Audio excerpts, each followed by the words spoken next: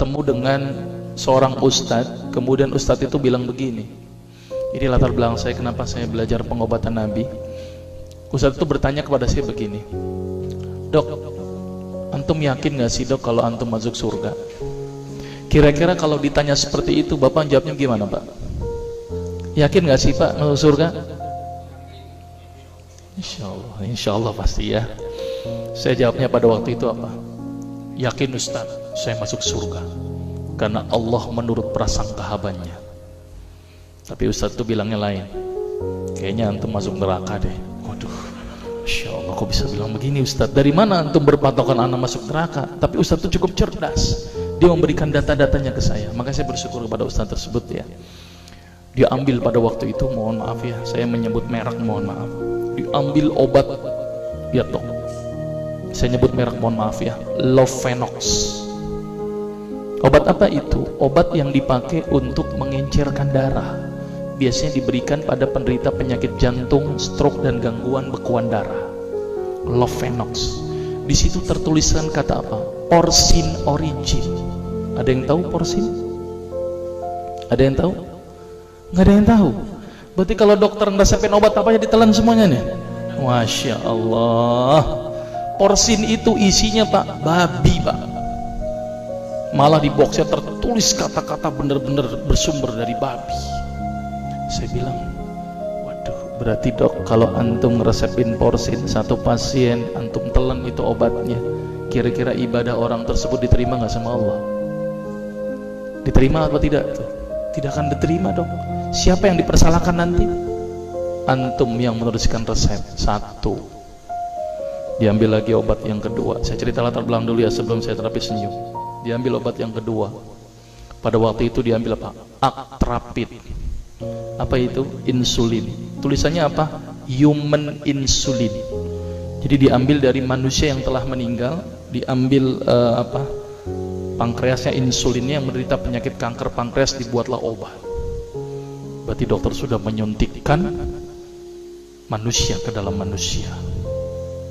Diambil lagi obat yang ketiga. Luar biasa ini dokter. Apa Ustadz ini? Diambil obat namanya analsik. Apa itu analsik? Obat untuk pusing. Ini di kalangan dokter sering resep ini nih. Isinya apa? Antalgin dan diazepam. Diazepam, makanya kalau orang minum obat ini pasti ketagihan, saya yakin. Kalau minum obat warung nggak ngefek ini. Karena kenapa? Karena mengandung diazepam. Diazepam itu apa? Narkoba Pak. Bikin kita teler. Maka itu cara nyari uang paling gampang, kasih aja resepin analsik, pasti balik lagi dia. Karena kenapa? Narkobanya bikin kecanduan.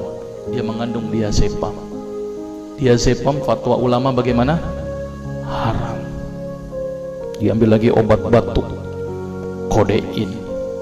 Maka itu kita minum obat batuk langsung hilang batuknya karena kodein. Kodein ini ternyata derivat dari narkoba. Berarti dokter sudah ngeresepin narkoba. Diambil semua obat sirup di depan saya, lihat dok, lihat semuanya. Ada nggak yang tidak mengandung alkohol? Semuanya mengandung alkohol. Sampai saya pikir, Masya Allah, berapa ribu pasien yang telah saya resepkan obat-obatan haram tersebut. Ini yang menjadi kegelisahan saya Pak. Maka itu saya beda haluan, kemudian belajar hadis, walaupun gak lulus-lulus biarin, gak apa-apa. Terus kemudian saya melihat ada sesuatu yang salah. Kenapa? Karena agama Islam tidak dipelajari secara benar. Banyak umat Islam saat ini belajar akidah, belajar akhlak, belajar fikih. Tapi lihat, pernahkah umat Islam di sini belajar masalah kesehatan Islam? Sedikit sekali. Kajian-kajian tentang kedokteran Islam hampir tidak ada.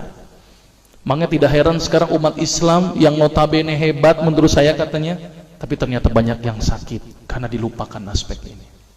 Mudah-mudahan ini menjadi awalan kita untuk mengkaji, karena kajian ini rutin Pak. Jadi saya mengisi kaji di beberapa kantor di Jakarta itu per kali pertemuan, per hadis.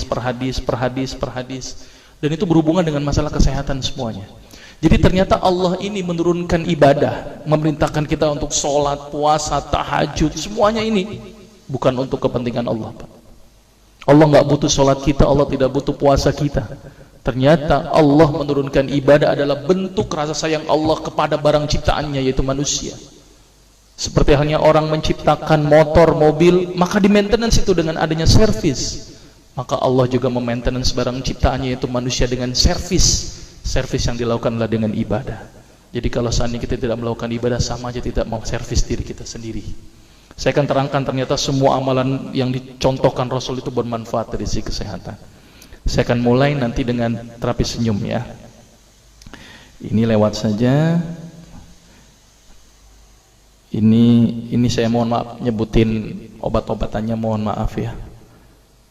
Ini juga mengandung plasenta. Plasenta itu ari-ari ya. Jadi di luar negeri itu ari-ari dipakai obat, Pak.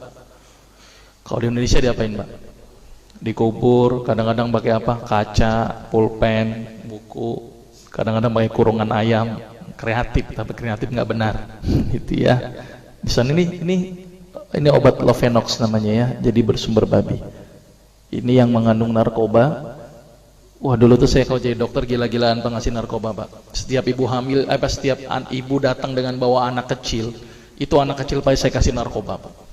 Kenapa? Karena ibu-ibu paling seneng kalau anaknya datang terus kemudian tidur pules. Wah, seneng banget tuh ibu-ibu. Apalagi obatnya yang tokcer, paling seneng itu orang. Maka itu saya kalau ngasih obat antibiotik dulu nggak namanya amoksisilin, ampicillin, nggak level buat saya. Apa yang saya kali cefalosporin, obat turun demam aja nggak ngefek, saya cuma 500 mg Pak, 650. Dan selalu anak kecil datang kan alasannya takut kejang, selalu saya tambahkan apa ini Pak, luminal. Saya dulu bandar narkoba Pak, tapi legal, resep. Makanya itu saya banyak dosa ini, mudah-mudahan ini bisa menembus dosa saya nanti di akhirat. Ya, ini insulin ya, ini kosmetik yang